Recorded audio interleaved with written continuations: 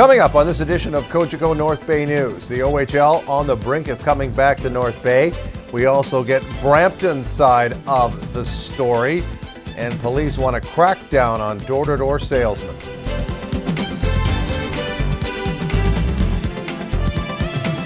Hello again, everyone, and welcome to this edition of Cogeco North Bay News, truly local television. I'm Greg Estabrooks. Well, they said it would never happen, but the Ontario Hockey League is on the brink of coming back to North Bay. City Council on Monday night, during a special meeting, ended weeks of speculation by confirming they have struck a deal, tentatively, to bring the attendance-starved Brampton Battalion north to North Bay for the 2013-2014 OHL season. The city still has to sell 2,000 season ticket vouchers by December 31st. Meantime, for Council, it was a unanimous decision that they made to make this all happen.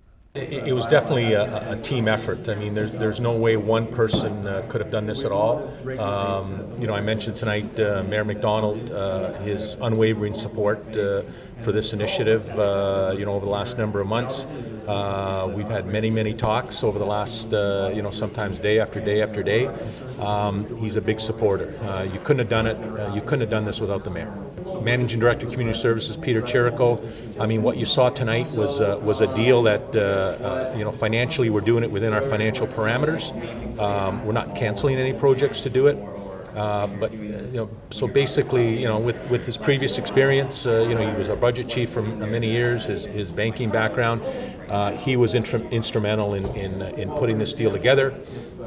Again, obviously, Jerry Knox, the CAO, without his support,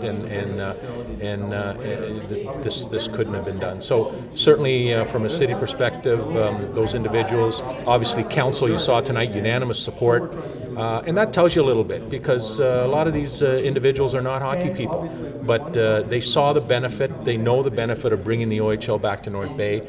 And they were comfortable that we're doing it within our financial scope. So that's why you saw the support.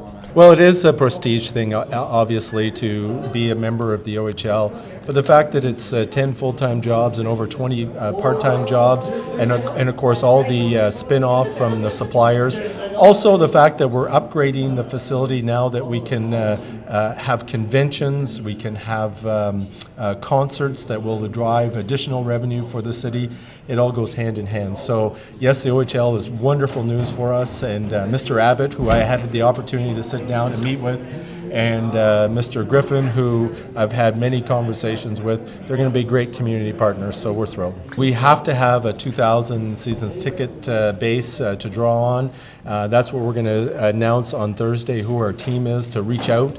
Obviously, it's confidential, so we weren't able to do a lot of the work in advance, except within council. So we're very pleased that on Thursday we're going to have a great announcement of a community team. You're one of the few people, I was one who was on council 10 years ago when things went, or 10 and 11 years ago now, really, when things went the other way. Did you ever think you'd be sitting on council and have this day happen? No, I didn't. Those were that was in my first year of my first term, right? So I've been here now, whatever it is, a dozen years, but those were some of the worst meetings from a morale standpoint, because it was really, the city was sad, really, they truly were, across the board pretty much, and those were some of the worst meetings to sit through. Tonight was actually one of the best to sit through. I can look you in the eye and tell you that council stepped up when we had the problem face us. We did what we could. We had the meetings that we could. We tried to cut a deal, and it did not work. The community stepped up to the plate. You've got to admire that. They bought those seasons tickets back in 2001, and in the end, that team still moved to Saginaw. I get that. But I'm pretty pleased with this. This is an awesome deal because, you've heard about the improvements going into the arena. You've heard the fact that it's no new or unexpected money out of the taxpayer's pocket. These are renovations we were going to do in the capital plan that needed to be done over the next 10 years anyway, and we have a way to repay it with the surcharge and the tickets. So, I mean, this is a super positive, and I love the name, the battalion. I think it ties in. If they look like they're going to keep that name, and that ties in with our military history, probably better than where they were. I think council recognized that it's a big deal, and I think most of us, I shouldn't say most of us, all of us around the table have recognized that everybody's been asking. I mean, I keep a lot of the circles in town, and a lot of people have asked me about the OHL coming back. So the opportunity presented itself, and we all remember what happened in the past, so I think council was ready to have the team back again. It really means a lot to me to be part of a decision that affects the community, and everything from the infrastructure investment that we've done in the town. I talked about, we've removed trestles, we've done Fisher Street, the Algonquin thing. Now, some of them were controversial, but we put an imprint on the community. And this is one of those things that puts an imprint on a community. I mean, between now and 15 years from now, there'll be an OHL team. I can look back and council look back. We brought them here. Of course, the biggest part of the deal is making the 56-year-old Memorial Gardens OHL ready. This is going to see some $12 million invested into the building to fit league standards. Council says this will not force the taxpayers to dig any deeper. We want to work with the other levels of government, the Heritage Fund and FedNor for additional funding, and they've both of those organizations have funded these type of renovations in the past. So we're hopeful of their support. The fact that the owner's standing up and investing his own money in the facility as well, I think is great news for us. Well, the total cost of the renovations are going to be $12 million. $3.9 million of that is coming from our existing capital budget. We have $3.9 million allocated in our 10-year forecast for the gardens already. So those monies are just going to be brought forward. So there's no impact there. $1.1 million we're going to be going to the as part of the repayment for the $1.1 million. It'll come from part of it will come from the $2.50 capital surcharge. There's $2 million that we're seeking from other levels of government, and the interest-free loan from the battalion to be repaid from the $2.50 CRF. But there is still one caveat. There still has to be 2,000 season tickets. Now, do they have to pay? They only have to pay $100 up front. What does the rest have to be paid over that 3-year period? Those details are not forthcoming right now. That's the purview of the team itself. But for $100, you can secure your season tickets for the next 3 years. And ultimately, those 2,000 season tickets we feel are achievable. Based on some of the feedback that we've had over the last few weeks. There's a genuine interest in bringing a team back here, so we fully expect to meet that target. Those $12 million in renovations, notwithstanding, we're going to host an OHL team here. That's going to open up our marketing opportunities for the facility itself. We'll be looking eventually at naming rights. We'll be able to bring concerts now the way Sudbury and the Sioux have been bringing them. Conventions in the summertime, which we haven't been able to do before. This is our community center, and it's been around for 50 plus years. So it was in need of a major injection of capital anyways. This is just allowing us to do it. Meanwhile, the president of the Brampton Battalion is North Bay native Mike Griffin. He's been with the team since it started and knows it's been an uphill fight in that area to get a foothold in the Greater Toronto region. Griffin told us on the phone on Tuesday that the move to North Bay was well researched. I looked at North Bay. Any market we looked at, we did really an analysis of the pros and cons. And you'd look at what would be the favorable parts to that community and what would be the negatives. And when we looked at North Bay, there were 3 things that really stood out. One was the perceived distance issue in relation to the GTA. And I felt that with the finalization of the 4-laning, that really changed North Bay in terms of the distance perception, because all of a sudden you're 3 hours to Yorkdale. And I think there are 7 markets that are, I'd have to check them out, I think there's 7 markets that are a further distance from Yorkdale than North Bay is. So, I think that sort of satisfied us that distance wouldn't be an issue from a recruitment standpoint, to say to a player's family, we're not on the other end of the moon. North Bay is not that far away. And you could leave home from the GTA on a Sunday morning at 9 o'clock and pull into North Bay at 12:15 and have a bite to eat, watch your son play, have dinner after, and be back home at 9 o'clock. So I think that changed that part.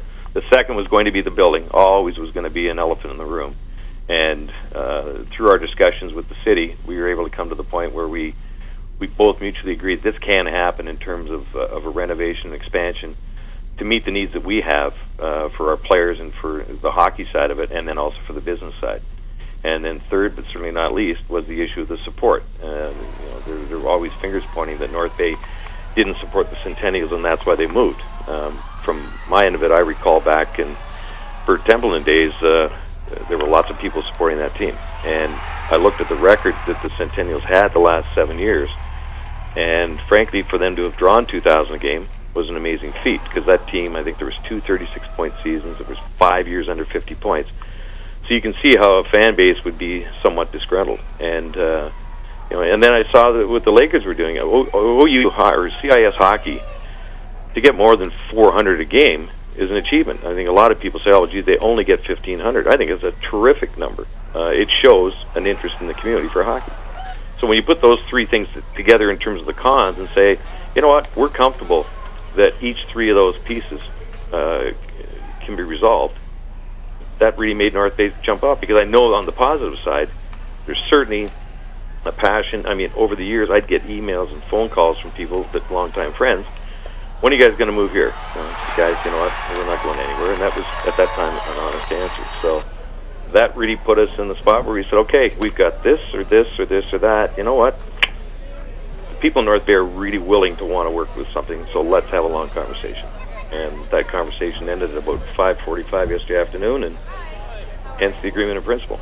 Mr. Abbott is willing to put up his own money to help make this happen too. I don't know if it's unprecedented, but it's definitely unusual.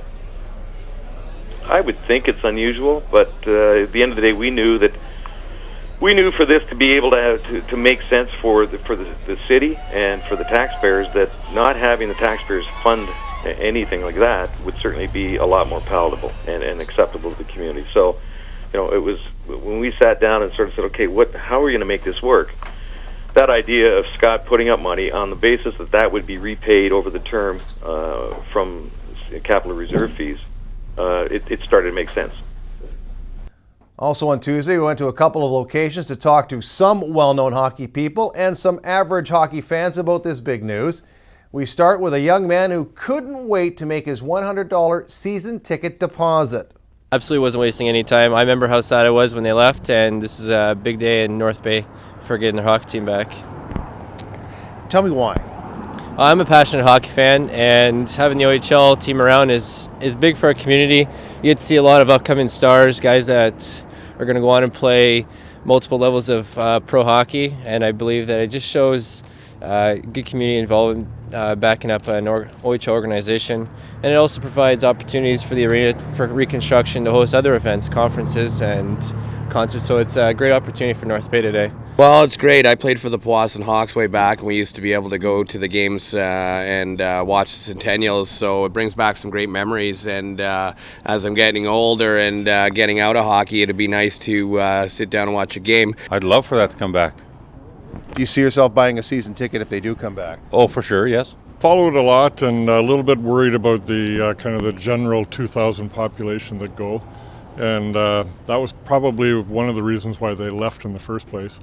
And I don't see a whole lot of changes coming back.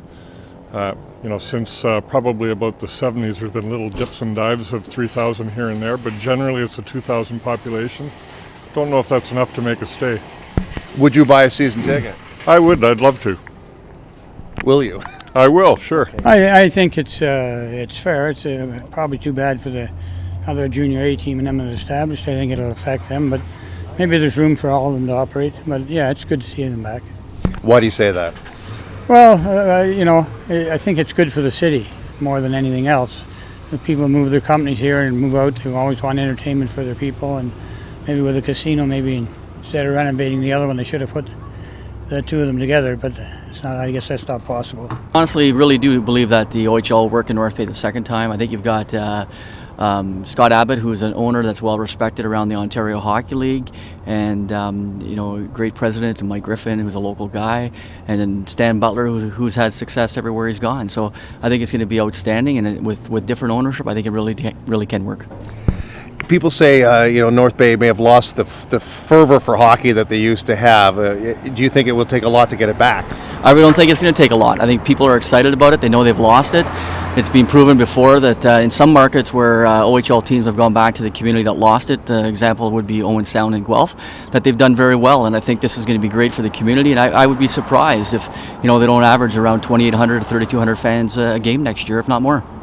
Again, if you want to buy a season ticket, you do not have to wait till the big rollout news conference on Thursday. You can go to either floor number 2, the Parks and Rec Department at City Hall, or go to the ticket office at Memorial Gardens. It is open all day Wednesday, and they've sold some 200 plus as of 4 o'clock Tuesday. Meantime, in other council news, North Bay City Police have asked the city to crack down on door-to-door salespeople. The target of this request is to curb this possible form of fraud in the city. There was two parts to it. The hawkers and peddlers part was in regards to, in the motion, it talks about how the onus, if somebody doesn't get a license, it's on to the owner to be responsible for it. My question was, do hawkers and peddlers know that they have to pay a licensing fee when they come to town? And the answer was yes, most of them know that they have to get a business license. So to me, the onus is on them. If they don't get it, they should be charged. It shouldn't be the owner, it should be the person coming in. The part that I had the problem with as well was the door-to-door salesman. The fee that we want to charge is $100 per year for them to come to town. To me, that's not enough. Huntsville is in the $500 range. At $100, we're actually at the lowest out of 5 communities in our area. And to me, it's not high enough. This is coming from the police. They're asking for this because the fraudulent door-to-door salespeople going door-to-door. This isn't affecting the Avon salespeople or the little girl guides. This is affecting the ones that are doing the fraudulent work. And to me, we need to make it higher. It's not going to stop them from coming to town in the first place, but hopefully it puts a little bit more pressure on them to do their business properly and that they know that we're watching. It seemed like it was a little bit dismissed, so I said that, if the amendment didn't come from the committee tonight, that I would bring forward the amendment next week. I know that there's 2 councillors right now that are supporting me on it, and to be honest, if it doesn't go through, I will vote against the motion next week. Low-income people involvement in Nipissing, better known as Lippy, is looking for the community's help with one of their festive and favorite initiatives, the annual toy drive. The general public can help support the organization's efforts in a variety of ways. We got into doing the toy drive because, one, the community is always responsive, so our community is incredible that way, but we couldn't keep up to the amount of evictions people were facing or the utility cutoffs in January and February, because parents will do what they have to do to make sure their kids have the best Christmas they could provide for them, right? That's another part of the sort of parental guilt trip that comes with being a parent. It's just parenting 101, right? We all overspend on Christmas. But if you don't have like a credit card or a good income, and not that I'm recommending you fund Christmas with a credit card in any way, shape, or form, but at the same time, if the only resources I have are my rent money or my hydro money, I'm going to be in trouble come the next month. People could give us a call at the office, 472-1337, or drop by at the office on Main Street, 127 Main Street East. We're open 10 to 4 every day except Tuesday. We can make arrangements for pickups, and people adopt families as well too. They call in and say, I'd like a family with 2 girls and they need to have a dog. We've had people ask for a bird to be part of the family. They want to match, I guess, the same type of gifts that what they would have in their own families. Classrooms adopt families, businesses. So it's an incredible process. Every year it always amazes me, and every year it just naturally keeps getting bigger and people do more and more. It's incredible. Probably anybody who has good ideas for older children, so like I'd say even like 10 and up, because they're hard to purchase for. Electronics are what everybody wants, but those are big ticket items, right? So if anyone has good ideas, even if you just phone us and leave us a message on our phone at work that tells us what a good idea you had, or your teenager's really looking at this and it's not that expensive, we would love to even hear the ideas. We try to have all the deliveries done by the 20th, because then we kick into Santa Fun mode, getting the armories up and going and everything ready for the deliveries that way. So we hope we're done by then. There will always be the issue where you have the city police phone, there's a crisis, there's an emergency. We will deal with those, but people can apply until the 7th of December, and then we just go forward from there.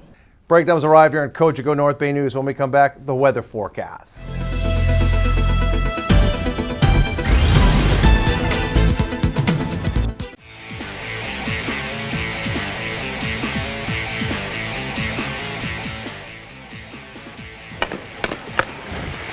Hey, I'm Andrew Marcoux of the Nipissing Lakers. Come join us Friday, November 9th as we take on the Ryerson Rams, only on TV Cogeco.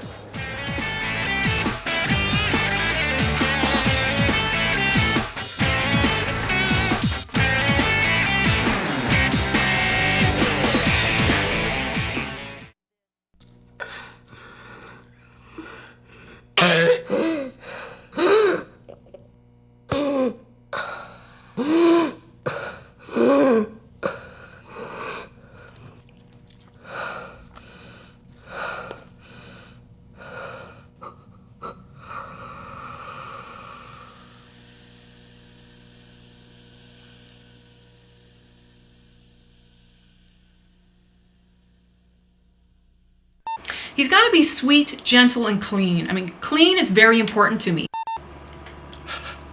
I don't like arrogance. This is not a good quality in a companion. I'm looking for a very young blonde with a good attitude. I don't have to train her, you know what I mean? I mean, call me picky, but I don't like it when they leave their crap all over the house.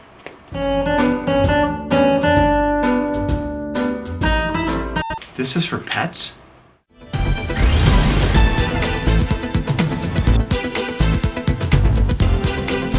Welcome back, everyone. Time now for your weather forecast. And, well, for the most part, not a bad weekday forecast. The weekend gets a little bit grumpier. Let's go to the 5-day forecast brought to you by Environment Canada and sort it all out. Going overnight Tuesday, some clouds and -5. Mix of sun and cloud on Wednesday, high of 3. Thursday, sunny, low of -6, high of 3. Not too bad on Friday, sun and cloud and a high of 7 and a low of 2 above. Some rain, though, rolling in on Saturday, high still above 0. 6 is your high and 0 is your low. On Monday, 0 was your high, -6 was your low. Trace precipitation was recorded. Normals for this time of the year are 6 and -2. When we come back, reaction to the OHL situation from a couple of significantly impacted organizations, the Junior A Trappers and the Nipissing Lakers.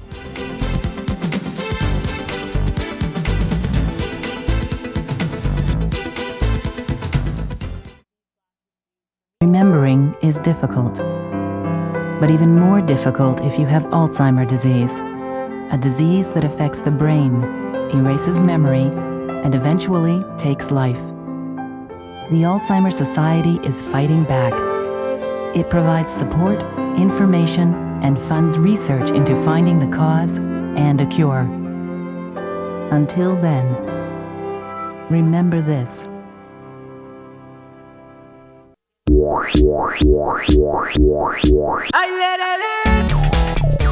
Fruits and veggies. They come in all shapes and sizes. And add color and goodness to every meal and snack. So whenever you eat, include fruits and veggies. And mix it up. For information and recipe ideas, visit fruitsandveggies.ca. Dear Children's Wish Foundation of Canada, thank you for sending me Rory the Lion. That means I'm going to get my wish, and that makes me really, really happy. Yesterday he was sad, but I told him it's okay, Rory, there are only 2 more needles until my wish. I will send you pictures from the top of the Rocky Mountains. Love, Emily. Imagine the difference a wish can make. Click on childrenswish.ca and give today.